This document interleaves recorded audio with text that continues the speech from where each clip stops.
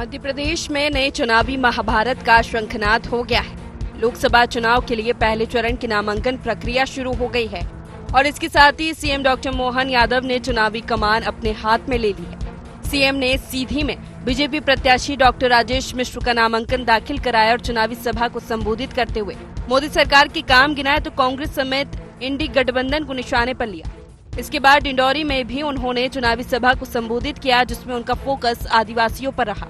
चुनाव होता है तो दो लोगों के बीच में होता है, चार लोगों के बीच में होता है। ऐसे सब लोग मानते हैं कि पूरे देश में मध्य प्रदेश में दो दलीय व्यवस्था है और दो दलीय व्यवस्था में हमारी पार्टी के सामने कांग्रेस का कोई न कोई प्रत्याशी आता है। हमारा प्रत्याशी डंके की चोट भगवान राम का आशीर्वाद लेके अपना नामांकन भरने के लिए पूरे प्रदेश का पहला आदमी बनता है और कांग्रेस का प्रत्याशी तो नहीं आया। 29 लोकसभा सीट है, लेकिन 29 लोकसभा सीट में अभी कांग्रेस से बड़े नेता कोई चुनाव लड़ने को तैयार नहीं। कि देश का सबसे बड़ा पद राष्ट्रपति का होता है, लेकिन दुर्भाग्य के साथ दूसरी पार्टी कांग्रेस पार्टी सहित सबने सरकारें बनाई, लेकिन आज तक राष्ट्रपति आदिवासी अंचल से नहीं लिया। मुझे इस बात का गर्व है, आदिवासी तो लिया ही बल्कि बहन को लिया। हमको इस बात का और गर्व है, हमारी बहन। इससे पहले भोपाल से सीधी रवाना होते हुए मुख्यमंत्री ने कांग्रेस पर तंज कसा। उन्होंने कहा कि कांग्रेस चुनावी मुकाबले से बाहर है और इसका प्रमाण ये है कि वो अपने प्रत्याशी तक नहीं घोषित कर पा रही है। पहले कैंडिडेट खड़ा कर ले वही बहुत। सीएम डॉक्टर मोहन यादव की बातों को कांग्रेस सिरे से नकार भी नहीं सकती। भाजपा की ओर से सीएम डॉक्टर मोहन यादव ही नहीं, डेप्यूटी सीएम राजेंद्र शुक्ला, जगदीश देवड़ा, पूर्व सीएम शिवराज सिंह चौहान, वरिष्ठ नेता डॉक्टर नरोत्तम मिश्रा, केंद्रीय मंत्री ज्योतिरादित्य सिंधिया, मंत्री कैलाश विजयवर्गीय, प्रहलाद पटेल जैसे तमाम दिग्गज मैदान में उतर चुके हैं। भाजपा ने दोहरा चुनावी मोर्चा खोल रखा है। एक और वो वोटर्स तक पैठ बना रही है तो दूसरी ओर कांग्रेस में सेंध लगाने में जुटी है। विधानसभा चुनाव के बाद अब तक 9,000 से अधिक कांग्रेस के नेता और कार्यकर्ता भाजपा में लाए जा चुके हैं, लेकिन कांग्रेस के नेता हैं जो ये मानने को तैयार नहीं है। चुनाव कल है क्या? चुनाव की प्रक्रिया 2 दिन पहले से चालू हुई है। पहले चरण का आज नॉमिनेशन चालू हुआ और पहले चरण के कैंडिडेट हम घोषित कर चुके हैं। कल हमारे 18 जो बचे हुए कैंडिडेट वो भी सामने आ जाएंगे। यह फैसला पार्टी तय करेगी। हमारे जो अभी कैंडिडेट आए हैं उन 10 कैंडिडेट में आप देख लीजिए कितने बढ़िया कैंडिडेट है। एक कैंडिडेट के खिलाफ भी नेगेटिव बात करने की किसी की बिसात नहीं है। पूरे कैंडिडेट आने दीजिए, आपको मालूम पड़ेगा। और भाजपा जितना हलवा समझ रही है इस चुनाव को, उसे पसीने न आ जाए तो आप कहिएगा। विधानसभा चुनाव की शानदार कामयाबी के बाद मध्य प्रदेश भाजपा का प्रदेश संगठन देश भर में रोल मॉडल बन गया है। इस संगठन के साथ डॉक्टर मोहन यादव सरकार भी चुनावी मोर्चे पर है। वहीं विधानसभा चुनाव के बाद ही कांग्रेस ने अपने संगठन में फेरबदल कर नई टीम उतारी है। देखना यह है कि कांग्रेस इस मुकाबले को कितनी मजबूती से लड़ पाती है। Bureau report, IND 24।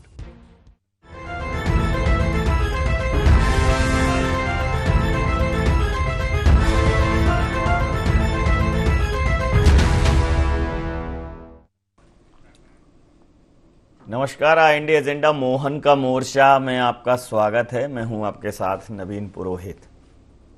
चर्चा को विस्तार देंगे उसके पहले IND एजेंडा के मुख्य बिंदुओं की तरफ एक निगाह डाल दें।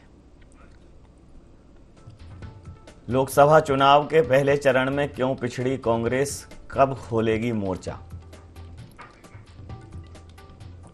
डॉक्टर मोहन यादव और उनके महारथियों ने ठोकी चुनावी ताल। क्या कांग्रेस पर मनोवैज्ञानिक दबाव बनाने में कामयाब हो गई भारतीय जनता पार्टी? भाजपा के पास मोदी मैजिक, रामलला, कांग्रेस के चुनावी तर्कस में कौन से तीर? नमस्कार, इन्हीं सवालों के साथ चर्चा में आप सबका पुनः स्वागत है। मध्य प्रदेश में भारतीय जनता पार्टी सभी सीटों पर अपने प्रत्याशी घोषित कर चुकी है, छत्तीसगढ़ में भी कर चुकी है, लेकिन कांग्रेस पशोपेश में है। कांग्रेस मध्य प्रदेश की 18 सीटों पर अभी तक लोकसभा के प्रत्याशी घोषित नहीं कर पाई है। भारतीय जनता पार्टी लगातार ये परसेप्शन डेवलप कर रही है, एक दृश्य स्थापित कर रही है, एक परिदृश्य का निर्माण कर रही है कि कांग्रेस के टिकट पर कोई भी लड़ने को तैयार नहीं है। टिकट के लिए बहुत ही विकट हालात हैं। कोई भी सामने नहीं आ पा रहा है। सोचने वाली बात है, लोकसभा चुनाव के लिए कैंडिडेट नहीं मिल रहे हैं। अगर ऐसा परिदृश्य भारतीय जनता पार्टी ने बना दिया तो एक हताशा का भाव वोटर के मन में घर कर जाएगा। एक तरीके से ये मनोवैज्ञानिक तरीका है दबाव बनाने का। तो इस प्रकार का दबाव कांग्रेस पर बनाया जा रहा है भारतीय जनता पार्टी के द्वारा, और कांग्रेस में भी बैठक पर बैठक हो रही हैं। सीसी की बैठक में अभी भी मध्य प्रदेश के 18 कैंडिडेट जो बचे उनके नाम घोषित नहीं हुए हैं। वहीं Bharatiya Janata party clean sweep की बात कर रही है, 400 पार की बात कर रही है, और भारतीय जनता पार्टी के इस दावे पर निश्चित रूप से कांग्रेस के प्रत्याशियों पर बहुत कुछ निर्भर करेगा जब वो डिक्लेयर करेंगे। इधर डॉक्टर मोहन यादव और उनके सहयोगी मध्य प्रदेश में क्लीन स्वीप का जो लक्ष्य लिया है उसको पूरा करने के लिए फील्ड में उतर गई है भारतीय जनता पार्टी। संगठन और सत्ता मिलकर कदम ताल कर रहे हैं, तो देखना दिलचस्प होगा।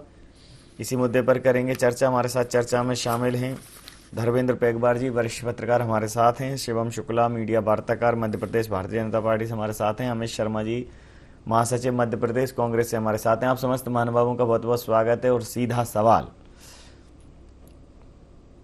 अमित जी, ये हालांकि कोई बहुत बड़ा विषय नहीं है, लेकिन जनता में जो मैसेज जा रहा है, मैसेज का बहुत फर्क है।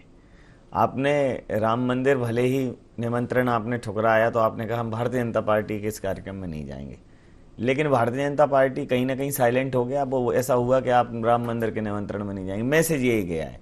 आप जैसे चंद समझदार लोग उसको स्पष्टीकरण देते रहे, लेकिन जनता में यही गया। तो मैसेज का बहुत बड़ा फर्क है, और मैसेज ये जा रहा है कि आपको ढूंढे प्रत्याशी नहीं मिल रहे। देखिए नवीन जी, हम विधानसभा चुनाव को अभी ले लें, और कांग्रेस ने लगभग सारे प्रत्याशी घोषित कर दिए थे। आपको ध्यान होगा, खुद तत्कालीन मुख्यमंत्री शिवराज सिंह चौहान जी की विदिशा रह गई थी, और करीब 12 सीटें ऐसी रह गई थी जहां पर बीजेपी ने चुनाव की घोषणा होने के अंतिम दौर तक भी वहां पर कैंडिडेट घोषित नहीं करे थे। तो ये परिणाम कैंडिडेट कब घोषित हो रहा है कब नहीं हो रहा है, ठीक आचार संहिता लग गई। हर राजनीतिक पार्टी को चिंता होती है, निश्चित तौर पर कांग्रेस को भी चिंता है कि शीघ्र पार्टी मंथन और चिंतन के उपरांत प्रत्याशियों की घोषणा कर दे।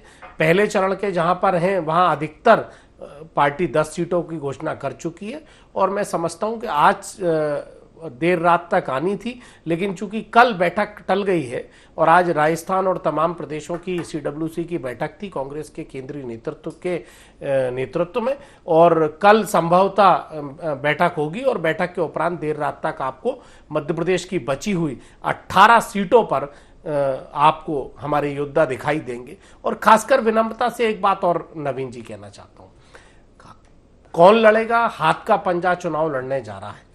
हर पोलिंग बूथ पर कार्यकर्ता, पोलिंग की तैयारी, प्रभारी, वहां के ब्लॉक अध्यक्ष, जिला अध्यक्ष, तमाम जो राजनीतिक चुनावी रणनीतियां होती हैं वो उस पर आज से नहीं बहुत पहले से जीतू पटवारी जी के नेतृत्व में लोकसभा बार बैठक हुई, उन पर मंथन हुआ। वरिष्ठ, कनिष्ठ और कहीं ना कहीं इंचार्ज और बूथ पर बैठने वाले कार्यकर्ताओं से 65,000 कार्यकर्ताओं से जीतू पटवारी जी और उमंग सिंगार जी ने जूम के माध्यम से और उनसे चर्चा करी, मनोबल, उसमें आत्मविश्वास भरने का काम करा, और इसी आत्मविश्वास के कारण हमारे 10 सीट के जो प्रत्याशी हैं, लोग कहते हैं कि आदमी नहीं है, लेकिन मैं भारतीय जनता पार्टी के इस भ्रामक प्रचार को कहना चाहता हूं कि यही दिग्गज हैं। हमारा बूथ का कार्यकर्ता भी दिग्गज होता है। आज ओमकार मरकाम पूर्व मंत्री चुनाव लड़ रहे हैं, कमलेश्वर पटेल चुनाव लड़ रहे हैं, तमाम ऐसे लोग चुनाव लड़ रहे हैं जो किसी परिचय के मोहताज नहीं है। जी, तो शिवम, ये जो परसेप्शन आप लोगों द्वारा बनाया जा रहा है, ये तो कह रहे हैं कि ये तो झूठा है। देखिए, स्वयं को झूठा साबित करने की जो इनकी एक रणनीति है, वह तो जीतू पटवारी जी ने स्वयं उसकी बिसात बिछा दी थी। एक और इंटरव्यू में बड़े दावे के साथ मीडिया कर्मी बैठे हैं, और स्वाभाविक तौर पर उनका मीडिया कर्मियों के साथ कैसा स्वभाव होता है उसकी वानगी कई बार देखी गई है। तो बड़े ताव के साथ जीतू पटवारी कहते हुए नजर आ रहे हैं कि 18 मार्च की शाम तक हमारे पूरे 29 प्रत्याशी मध्य प्रदेश की जनता के सामने होंगे। जैसे इनके चुनावी वादे झूठे होते हैं, उनके दावे भी झूठे सिद्ध हो गए। तो आज जब प्रत्याशियों के चयन की बात हो रही है तो इनके अध्यक्ष ही झूठे सिद्ध हो रहे हैं। या भारतीय जनता पार्टी तो नहीं कहा था कि आप प्रत्याशी फला तारीख को आप डेडलाइन लीजिए, घोषित करिए। हमारी अपनी एक रणनीति है। हमने विधानसभा चुनाव में परंपरागत रूप से जो सीटें हमारी कमजोर थी, जहां पर हमें प्रदर्शन सुधारना था, वह सीटें जो हमें अपने पाले में लेकर के आती थी, तो वहां हमने चुनाव से लगभग 2-2.5 महीने प्रत्याशी घोषित कर दिए और उसका स्वाभाविक तौर पर हमें फायदा मिला। हमने तकरीबन 35 सीटों पर प्रत्याशी घोषित किए थे, उसमें से अधिकतर सीटें हम जीत करके आए और यह जो एक प्रचंड जनादेश हमें विधानसभा के चुनावों में मिला, वही हमारी उसी कार्य योजना का परिणाम था। अमित शाह जी लगातार हमारे संगठनात्मक स्तर पर नीचे से फीडबैक ले रहे थे, राष्ट्रीय अध्यक्ष जी ले रहे थे और उसके मुताबिक इस प्रकार की रणनीति को तैयार किया गया था। आज जब लोकसभा के चुनाव हैं, भारतीय जनता पार्टी 3 प्रमुख स्तंभों पर इस चुनाव को लड़ रही है। पहला, प्रधानमंत्री जी की जो एक सर्वस्पर्शी और सर्वसमावेशी लोकप्रियता है, जिसमें देश में जाति, मजहब, पंथ, संप्रदाय, भाषा, उत्तर दक्षिण का जो भेद है, तमाम चीजों से ऊपर उठ करके उनको अपने राष्ट्रीय नेता के रूप में स्वीकारता है, तो एक उनकी लोकप्रियता हो गई। दूसरा, हमारी डबल इंजन की सरकारों के माध्यम से जो लोग लाभान्वित हुए हैं, एक डबल इंजन की सरकारों के विकासवाद की और राष्ट्रवाद की राजनीति से, वह एक महत्वपूर्ण स्तंभ है। और तीसरा, हमारा संगठन जो 24 घंटे और 7 दिन कार्यकुशलता और गतिशीलता के साथ काम करता है। बूथ स्तर पर हमारा कार्यकर्ता लगातार चुनाव कभी भी घोषित हो जाए उसकी तैयारी पूर्ण रहती है। तो भारतीय जनता पार्टी ने जब अपने संगठन को पूरी तरीके से तैयार कर लिया, चुनाव का नैरेटिव तैयार कर लिया, अपने लीडरशिप पर एक क्रेडिबिलिटी को बिल्ड कर लिया, उसके पश्चात आज लोकसभा में अपने प्रत्याशियों को जनता के सामने रख दिया। जबकि हमारे लिए तो प्रत्याशी शायद उतने महत्वपूर्ण भी नहीं थे, क्योंकि जनता इस बार सिर्फ और सिर्फ कमल निशान को देख करके मत करने के लिए उत्साहित है। बावजूद इसके हमने उस क्षेत्र में हमारे सेना नायक कौन होंगे जनता के सामने प्रदर्शित कर दिया। वहीं कांग्रेस की स्थिति आप देखिए, जो लोग प्रमुख नेता हैं वह चुनाव लड़ने को तैयार नहीं है। तमाम नेताओं ने मना कर दिया, अजय सिंह जी ने मना कर दिया, अरुण यादव जी बहुत इच्छुक नहीं है, इनके प्रदेश अध्यक्ष जीतू पटवारी नहीं लड़ना चाहते, कई सारे नेता तो इनके दल का ही पलायन कर गए छोड़ करके। और यह लोग बार बार एक बात कहते हैं, इतनी बड़ी संख्या में इनके कार्यकर्ता छोड़ रहे हैं, लेकिन बावजूद इसके यह लोग आत्मावलोकन और आत्मचिंतन करने के बजाय स्वयं के ही एक दम्भ में डूबे हुए हैं। इनको यह समझने की आवश्यकता है कि अगर आज इतनी बड़ी संख्या में कार्यकर्ता छोड़ रहे हैं, चलिए मैं मानता हूं बड़े नेताओं को सत्ता का लोभ होगा, कोई चीज होगी, लेकिन बूथ स्तर के कार्यकर्ता के बारे में क्या आप यह बात कह सकते हैं कि वह आपकी पार्टी का त्याग क्यों कर रहा है? वह इसलिए कर रहा है क्योंकि एक राष्ट्र के निर्माण में जो राजनीतिक कार्यकर्ता की भूमिका होनी चाहिए वह कांग्रेस के भीतर रह करके उसको पूरा नहीं कर पा रहा है। कोई भी व्यक्ति अगर राजनीति में है तो स्वाभाविक तौर पर उसका उत्तरदायित्व तो अपने समाज के प्रति होता है, जहां वह राजनीति करता है उन लोगों के प्रति होता है जो उसको पंच, जिला पंचायत, जनपद जैसे चुनावों में चुन करके भेजते हैं। तो जब जन भावना प्रधानमंत्री जी के साथ जुड़ी है तो कोई नेता कैसे कांग्रेस में रहकर राजनीति कर सकता है? उसी के परिणाम स्वरूप आज भारतीय जनता पार्टी के संगठन की उत्तरोत्तर वृद्धि हो रही है। लगातार कई दलों से नेता हमारे साथ आकर के जुड़ रहे हैं, हमारे विचार को आत्मसात कर रहे हैं और तमाम जो हम जनता के बीच रहते हैं, जनता के बीच रह करके राजनीति करते हैं, उसके बलबूते समझ रहे हैं कि इस बार कांग्रेस कितना भी पाखंड कर ले, धर्म का कितना स्वांग रचने की कोशिश करे, कितना ही कांग्रेस स्वयं का एक पूरा आभा मंडल तैयार करने की कोशिश करे, लेकिन जनता पूरी तरीके से मन बना चुकी है कि तीसरी बार प्रधानमंत्री जी को जिता करके भेजना है, ताकि 2047 तक जो हमने अपने लक्ष्य सामने रखे एक राष्ट्र के रूप में, उनको समग्रता के साथ पूर्ण कर सके। जी, प्रतिक्रिया ले लेता हूं धर्मेंद्र पेगवार जी से। धर्मेंद्र जी, देखा आपने धारा प्रवाह, शब्दों का चयन और ये सब, तो मतलब तैयारी के बाद तैयारी के प्रस्तुतिकरण में भी ये झलक रहा है। हालांकि जैसा कि अमित जी ने कहा कि ये कोई सेट पैटर्न नहीं है। अभी लोकसभा में ये बात कर रहे हैं, विधानसभा में देख लें, विधानसभा में कांग्रेस ने कर दिए थे। इससे पार्टी की मनोदशा का और क्षमता का आकलन लगाना, ये तो मतलब कुछ ज़्यादा अपने आप को दिखाने वाली बात है। क्या कहेंगे? देखिए, निश्चित तौर पर कोई भी राजनीतिक दल जब विपक्ष में रहता है तब वो ज़्यादा तैयारी करता है।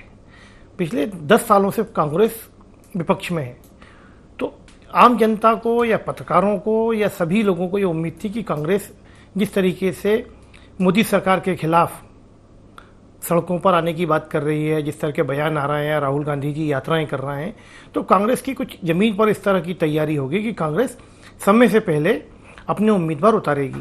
लेकिन कांग्रेस ने ऐसा अभी तक नहीं कर पाई। इसके पीछे उनके जो भी कारण हो, कांग्रेस में हो सकता है कि कांग्रेस बहुत पुरानी पार्टी है, बहुत सारे नेता हों और बहुत सारा कांग्रेस में दबाव हो, या हो सकता है कि कांग्रेस में एक बार बार बात आती है कि कांग्रेस में कोटा सिस्टम लागू होता है तो नेताओं के कोटे सेट नहीं हो पाए हों। हो सकता है कि और कोई तकनीकी कारण, उनके निजी कारण हो, कोई व्यस्तताएं हो या गुटबाजी हो या जो भी हो। लेकिन जिस तरीके से भारतीय जनता पार्टी ने विधानसभा चुनाव में मध्य प्रदेश में या अन्य राज्यों में 110 दिन पहले उम्मीदवार घोषित कर दिए थे, तो कांग्रेस को इससे सबक लेना चाहिए था। बिल्कुल ठीक ऐसा ही कांग्रेस को, यदि ऐसा नहीं कर पाई थी तो कांग्रेस को लोकसभा चुनाव कांग्रेस के लिए, ये वाला लोकसभा चुनाव कांग्रेस अपने अस्तित्व की लड़ाई लड़ रही है। पिछली बार कांग्रेस 50 से कम हो गई थी, भाजपा दावा करेगी और कम कर देंगे। तो ये चुनौती सबसे ज़्यादा है कांग्रेस के लिए। भारतीय जनता पार्टी के लिए कोई चुनौती नहीं है, उनके पास एक नेतृत्व है, जैसा विश्वव्यापी नेतृत्व है। तो कांग्रेस को सबसे ज़्यादा आत्मावलोकन की जरूरत है, और कांग्रेस को, जो भी लोग अभी कांग्रेस को लीड करना है, उनको ये देखना चाहिए कि वो अपने टीम को, अपने उम्मीदवारों को जल्दी से जल्दी जनता के बीच में भेजें। तो कई बार ये होता है कि उम्मीदवार के सामने, कोई सा भी राजनीतिक दल हो, भाजपा हो कांग्रेस, जब उम्मीदवार लेट होता है, लोकसभा क्षेत्र बहुत बड़ा होता है, कई लोकसभा क्षेत्र ऐसे हैं जहाँ 4-4 जिले हैं, 4 जिलों की एक लोकसभा सीट है। तो यदि आपने बहुत अच्छा उम्मीदवार उतारा लेकिन वो एक जिले का नेता है, तो एक चौथे जिले तक तो पहुंच ही नहीं पाता है, तो पहचान का संकट होता है। देखिए, मध्य प्रदेश में 2 दलीय व्यवस्था है, और दोनों ही दलों में कोई व्यक्ति ऐसा नहीं हुआ है, वो भले ही किसी भी पद पर हो, कि वो अपने जिले के अलावा दूसरे जिले का भी नेता हो। लोग अपने, बहुत बड़ा नेता भी है तो अपने विधानसभा क्षेत्र, अपने शहर तक सीमित है। तो आपको ये चाहिए, कांग्रेस को किसी पर आरोप प्रत्यारोप और सफाई देने के बजाय कांग्रेस को ये करना चाहिए कि अपने उम्मीदवारों का चयन जल्दी से जल्दी करे, और ऐसी उम्मीद भाजपा भी कर रही है और आम जनता, आम मतदाता भी कर रहा है। जी, तो अमित जी, जब आप विपक्ष में होते हैं तो आपके पास सिर्फ और सिर्फ एक ही लक्ष्य होता है, जीत की तैयारी करना। तो आपकी तैयारी दिखनी चाहिए थी, वो दिख नहीं रही है। वो झलक सी दिखाई है आपने, बस 5-6 झलक दिखला जा, बाकी तो जनता कह रही है कि आज आते हैं कि कल आते हैं। नवीन जी, कांग्रेस पार्टी संघर्षों से निकली पार्टी है, देश की आजादी से लेकर, और हमने कई बार इस बात का जिक्र तब एक ही पार्टी थी सर, कांग्रेस ही थी तब, उसका पॉलिटिकल कोई स्वरूप नहीं था, पॉलिटिकल स्वरूप उसका की सेंस दूसरे विषयों में था, तो वो तो मतलब ही नहीं है उसकी नवीन चर्चा जी, करना। बहुत सारे जनसंघ भी था, कई सारे लोग थे, नहीं, लेकिन वो किस दल में थे, किस आधार पर थे। लेकिन कांग्रेस एक संघर्ष की पार्टी है, संघर्ष से निकली हुई, और आज फिर संघर्ष देख रहे हैं। मैं कहना चाहता हूं, अभी भारतीय जनता पार्टी के विद्वान साथी एक लंबा चौड़ा भाषण दे रहे थे कि सीट पहले कर दी और कांग्रेस को सीख की आवश्यकता है। मैं ज्यादा लंबी चौड़ी बात ना करते हुए, अभी विधानसभा में इन्होंने 4 महीने पहले कुछ सीटें पहले जारी कर दी थी। क्या हुआ? भोपाल उत्तर से अभी जिन्होंने सांसद का चुनाव, इनको टिकट दिया है, वो चुनाव हारे। दो नारायण सिंह जी चुनाव हारे। ये जल्दी देना और बाद में देने का परिणाम जीत का परिणाम नहीं है। दूसरी बात, आपने बहुत अच्छी सारी धार्मिक बातों से लेकर सारी बातें मेरे विद्वान साथी ने कहा। मैं कहना चाहता हूं इनके शीर्ष नेतृत्व पर, अगर शीर्ष नेतृत्व 9 वर्षों में इतना ठीक होता, अगर ये धार्मिक पिच पर ना खेल रहे होते और अगर देश के वाकई में मुद्दों पर बात कर रहे होते, तो 56 इंच के सीने के हमारे देश के प्रधानमंत्री आज हिमाचल में सरकार बना लेते, कर्नाटक में सरकार बना लेते। वो दिखाई देता दिल्ली की सरकार में 56 इंच का सीना, पंजाब में दिखाई देता, पश्चिम बंगाल में इन्होंने खूब जय बजरंग बली और तोड़ दे दुश्मन की नली की बात करी, लेकिन वहां की जनता ने भी इनको ठीक रास्ता दिखाने का काम किया। मैं कहना चाहता हूं, ये हमेशा भारतीय जनता पार्टी के प्रवक्ता हो या उनके नेता हो, क्यों नहीं बात करते कि देश में 9 वर्षों में महंगाई कितनी बढ़ी है?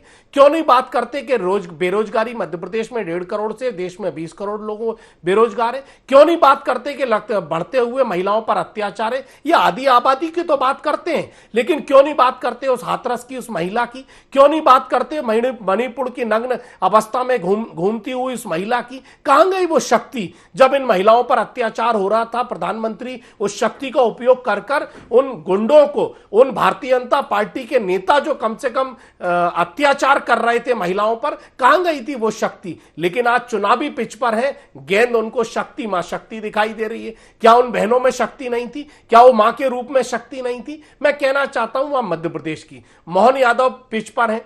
अरे मोहन यादव जी ने वल्लभ भवन में आग लगवा दी, भ्रष्टाचार के सारे रिकॉर्ड तोड़वा दिए, फाइलें जल गई, कोई जवाब नहीं है। जांच के नाम पर आज तक कोई जवाब नहीं। फटाका कांड हुआ, उनके आने के बाद कई लोग मौत के घाट उतर गए, जांच के नाम पर प्रहलाद पटेल जी ने कहा कि रिपोर्ट सही नहीं है। उसके बाद कई 12 हमारे छोटी बच्चियों के साथ बलात्कार हुए, जिनके ज्वलनशील मुद्दे थे, जिनके माता पिता दरवाजे पर कानून के चौखट रगड़ते रहे, लेकिन न्याय नहीं मिल रहा। लेकिन हम इन बातों को नहीं करेंगे, हम बात करेंगे प्रधानमंत्री के 56 इंच के सीने की। और अंतिम बात कि हमेशा नवीन जी, वो एक गाना था कि हमारा भी टाइम आएगा, अपना टाइम आएगा। तो ये जनता देख रही है, मुद्दों के आधार पर चुनाव होगा और निश्चित तौर पे जो लोग ये सोच रहे हैं कि हम कांग्रेस मुक्त भारत की ओर बढ़ रहे हैं, उनके मंसूबे यूपीए 1 में भी टूटे थे, यूपीए 2 में भी टूटे थे, 2018 में कमलनाथ जी के नेतृत्व में भी टूटे थे और आने वाले मध्य प्रदेश के भविष्य में और देश के भविष्य में भी टूटेगा। सवाल ये नहीं है कि आपका टाइम आना है कि नहीं है, सवाल ये है कि अपना टाइम आएगा, बिल्कुल अपना टाइम आएगा। पर क्या वो टाइम राहुल ही लाएगा? एक ही आदमी के पीछे पड़े हो ना, थोड़ा देखो, अगर नहीं चेंज भी करके देखना चाहिए ना। देखिए, आज नवीन जी व्यक्ति के चेंज करने से नहीं है। आज मैं कहना चाहता हूं कि राहुल जी ने आज सड़कों पर न्याय की बात करी, लोगों से मुलाकात की बात करी, ये कोई राजनीतिक एजेंडा नहीं था। पहले आज 10,000 किलोमीटर वो व्यक्ति पैदल चल चुके, लोगों से बातचीत कर चुके। क्या इस देश में लोगों से बातचीत करना पाप है? क्या उन मजदूर, असहाय किसान, उनके लोगों का दर्द पर ये राजनीति के पैरामीटर नहीं है कि वो चल चुके। अभी हमारे गांव का लड़का जो है, यहाँ मैराथन दौड़ हुई थी, वो 1 घंटे पहले पूरी कर ली। फिर अभी वहाँ अयोध्या में हुई, उसमें 1 घंटे मैराथन दौड़ पूरी कर ली। 21 किलोमीटर की मैराथन दौड़ थी। तब इसका मतलब ये थोड़ी कि आप वो दिल्ली की तरफ दौड़ा दें उसको। तो नवीन जी, इसका मतलब नहीं कि हम किसी देश में मंदिरों को और पुजारियों की बात करें, लेकिन पुजारी के परिवार की चिंता ना करें। हम उस पुजारी के बेटे की चिंता नहीं करें जो बेरोजगार है। हम उस महिला की चिंता नहीं करें, पुजारी के जो भगवान राम के भक्त जो महंगाई से जूझ रहे हैं। ये राजनीतिक मुद्दे हैं, ये धार्मिक आस्था का मुद्दा नहीं है। ये मुद्दे राजनीति की, और राजनीति के लिए आप सत्ता के लिए आए, लोगों की प्रतिक्रिया लेता हूं। पर्याप्त समय लिया मैंने, का कारण आपको पूरा करना पड़ेगा। इसीलिए मैंने, जब होगा जब मुद्दे की बात होगी, इसीलिए मैंने कहा है कि वन स्टॉप सेंटर नहीं तो मैं आपको 2-3 बार बोल के लाया ताकि समय पूरा हो जाए। जी शिवम, देखिए, सबसे प्राथमिक चीज यह है कि इन चुनावों में जो सबसे मूलभूत अंतर भारतीय जनता पार्टी और कांग्रेस में है वह नेतृत्व का है। जहां प्रधानमंत्री जी पूरे देश में लोकप्रियता होने के बावजूद भी संगठन के कार्यों में भी स्वयं को लगातार उलझाए हुए रखे हैं। संगठनात्मक चीजों के साथ साथ सरकार के भी कामकाज को वह लगातार संचालित कर रहे हैं। हमने देखा कि रात के 4 बजे तक बैठक लेते हैं, सुबह 7 बजे झारखंड में शिलान्यास और लोकार्पण के कार्यक्रम थे तो वहां भी पहुंच जाते हैं। तो इस प्रकार की राजनीति भारतीय जनता पार्टी के नेता करते हैं। राहुल गांधी क्या करते हैं, सीईसी के अभी तक 3 बैठकें हुई टिकट निर्धारण करने के लिए, तीनों में ही राहुल गांधी अनुपस्थित रहे। अमेठी जैसी परंपरागत सीट जहां की जनता कई बार इनको एहसान के तहत जिता के भेजती थी, इंदिरा जी से जो उनका आत्मीयता रही होगी, राजीव जी ने जो उस क्षेत्र के लिए कुछ भी किया होगा अच्छा बुरा, या उनके फिरोज गांधी ने उस क्षेत्र के लिए कुछ किया होगा, उसके परिणाम स्वरूप सिर्फ और सिर्फ अमेठी की सीट इतने वर्षों तक यह जीतते थे। लेकिन आज उस अमेठी तक से पलायन करने की स्थिति आ गई है। तो क्या जनता यह देख नहीं रही कि जो व्यक्ति अपनी पुश्तैनी सीट अमेठी से पलायन कर सकता है, अगर उसको विश्वास नहीं देंगे तो शायद देश से पलायन कर जाए। तो जो नेता पलायन करते हैं तो उनके ऊपर क्या कभी देश की जनता विश्वास कर सकती है? यह एक महत्वपूर्ण क्वेश्चन ऑफ क्राइसिस है कांग्रेस पार्टी के लिए भी, इनके कार्यकर्ताओं के लिए भी, और पूरा देश तो इस पर विचार कर ही रहा है। और जो सबसे महत्वपूर्ण चीज है, अमित जी ने भी कई राज्यों की बात की, पश्चिम बंगाल का भी आवेश में नाम ले गए। पश्चिम बंगाल में हमारी 7 सीटें थी, हम वहां पर एक पॉलिटिकल कंटेंडर भी नहीं थे, लेकिन हम आज 75 सीटों के साथ हैं। और वह दीवार इस बार नहीं दरकी है तो अगली बार हम दरका लेंगे। लेकिन आपकी तो जहां पर मजबूत दीवारें बनी हुई हैं वह फफूद और फंगस के कारण आज दरकती हुई नजर आ रही हैं, आपको वह दिखाई नहीं पड़ रहा है। जिन राज्यों में आप कभी 400 से ज्यादा सीटें आप देश में लेकर के आए थे, आज आप 40-50 सीटों की पार्टी बन करके रह गए हैं। मध्य प्रदेश में कभी आपने किसी भी विपक्षी दल के लिए कोई स्पेस नहीं छोड़ा, लोकसभा की सीट आप समाजवादी पार्टी के लिए छोड़ रहे हैं। तो इन चीजों पर आपको विचार करने की आवश्यकता है, यह आपके दल का विषय है। दूसरा सबसे महत्वपूर्ण बिंदु, इन्होंने कई विकास से जुड़े हुए विषयों पर बात की, मैं उस पर भी जवाब दे देता हूं। क्या देश की जनता जानती नहीं है कि 4 करोड़ प्रधानमंत्री आवास बिना किसी भ्रष्टाचार के किस सरकार ने बांटे? क्या जनता जानती नहीं है कि लगभग 10 करोड़ के करीब जो हमारे एक महिलाओं को हम बार बार बात करते हैं एक सम्मान देने की, तो शौचालय की व्यवस्था किस सरकार ने की? नारी वंदन अधिनियम कौन सी सरकार 50% आरक्षण का लेकर के आई? 18 करोड़ परिवारों तक नल जल योजना का फायदा कौन सी सरकार ने पहुंचाया? 1.5 करोड़ परिवारों को आयुष्मान भारत योजना कौन सी सरकार देती है? इसके साथ ही साथ विगत 10 वर्षों का यह प्रमाणिक डाटा है कि 10 करोड़ परिवारों को गरीबी रेखा से बाहर कौन सी सरकार लेकर के आई? और साथ में 370 किसने हटाया? सीए जैसा एक अति महत्वाकांक्षी कानून कौन सी सरकार लागू करती है? कृषकों को प्रत्येक माह प्रधानमंत्री सम्मान निधि कौन सी सरकार के द्वारा दी जाती है? राज्यों में जहां सरकार है वहां पर भी विकास के ऐसे अनुपम सौगातें हैं।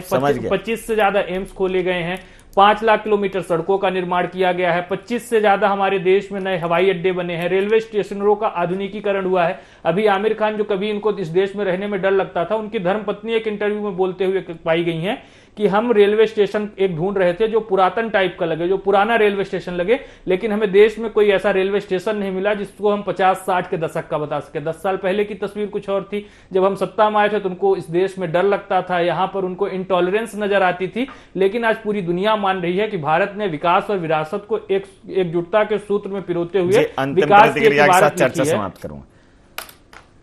देखिए, अंतिम प्रतिक्रिया के साथ चर्चा। धर्मेंद्र जी, ये तो तय है कि तैयारी जिसकी पहले होगी और दिखेगी भी, उसका फर्क तो दिखेगा। अब कांग्रेस कह रही है कि वो मूल्यांकन कर रही है, ठीक बात है। कांग्रेस को जो आपकी बात है वो मुझे एकदम समझ में आई कि विपक्ष के तौर पर आपकी तैयारी पहले होनी चाहिए, आक्रामक होनी चाहिए, एकदम स्पष्ट होनी चाहिए, तो वो कहीं नहीं दिख रही। चुनाव के टाइम पर आप चुनावी यात्रा निकालिए, आप ये अलग यात्राएं निकाल रहे हैं भाई, आप चुनावी यात्रा निकालिए, चुनावी यात्राओं में इन मुद्दों की बात करिए ना।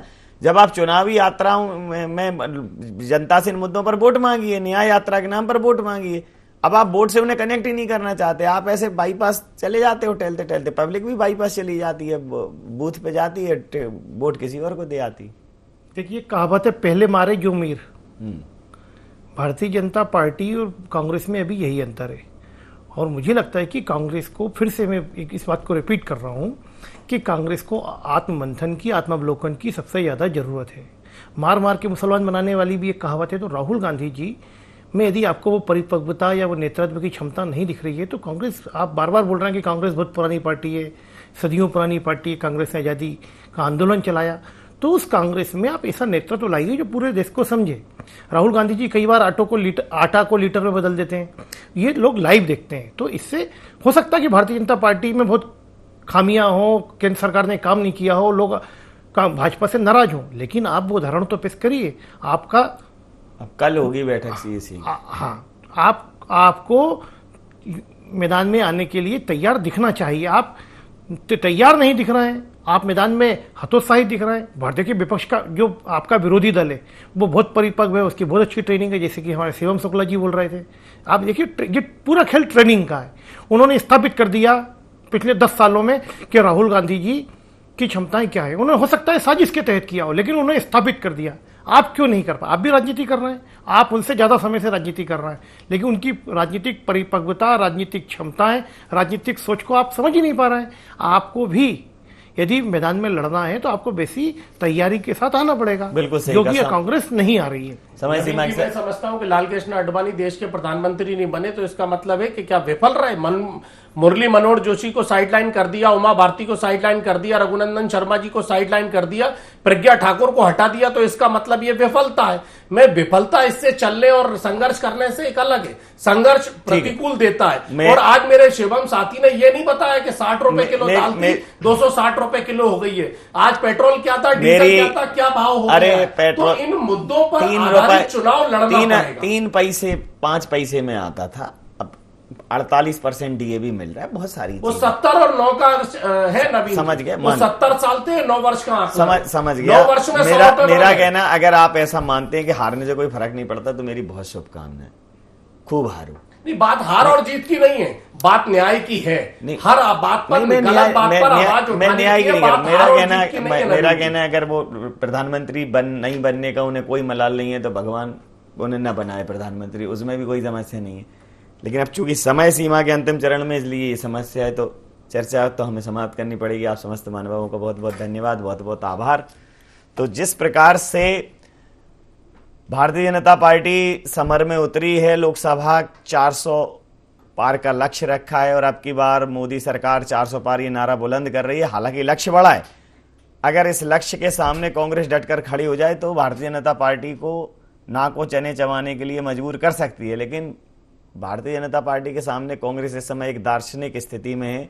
उनकी अपनी ढपली, अपना राग, उनकी अपनी अलग यात्राएं निकल रही हैं। वो न्याय और भारत जोड़ने की बात कर रहे हैं। मैं कह रहा हूं पहले वोटर जोड़ लो, वोटर जोड़ लो, भारत भी जुड़ जाएगा, सीटें जुड़ जाएंगी तो विधायक जुड़ जाएंगे, मंत्री जुड़ जाएंगे, सांसद जुड़ जाएंगे, तो फिर बाकी चीजें, सरकार में आ जाओगे तो भारत जोड़ते रहोगे। ये हैवी कोई से नहीं जुड़ने वाला। तो ऐसी बहुत यात्राएं निकलती रहती हैं इस देश में, निरंतर यात्राएं। अगर बाकी तो आप धार्मिक स्थलों पर चले जाओ तो लोग परिक्रमाएं करते ही रहते हैं, यात्राएं बंद नहीं होती। तो एक अलग मानस है ना, वोट बैंक का एक अलग मानस है, सामाजिक यात्रा का एक अलग मानस है। तो राहुल गांधी जी को स्पष्ट करना होगा कि वो सामाजिक कार्यकर्ता हैं कि राजनीतिक व्यक्ति हैं, राजनेता या सामाजिक कार्यकर्ता। सामाजिक कार्यकर्ता हैं तो निकालो यात्राएं, फिर अभी दाएं बाएं कर दिए, ऊपर नीचे कर दिए, फिर थोड़ा साइड से 10 दिशाएं निकालते रहो यात्राएं, फर्क नहीं पड़ेगा। क्योंकि सामाजिक बात आप कर रहे हो, राजनीतिक बात कर रहे हो, दोनों के अलग अलग दृष्टिकोण है, ये समझना पड़ेगा। इंडिया एजेंडा में नहीं बन रहे IND24 के साथ, तो देखते रहिए IND24। नमस्कार।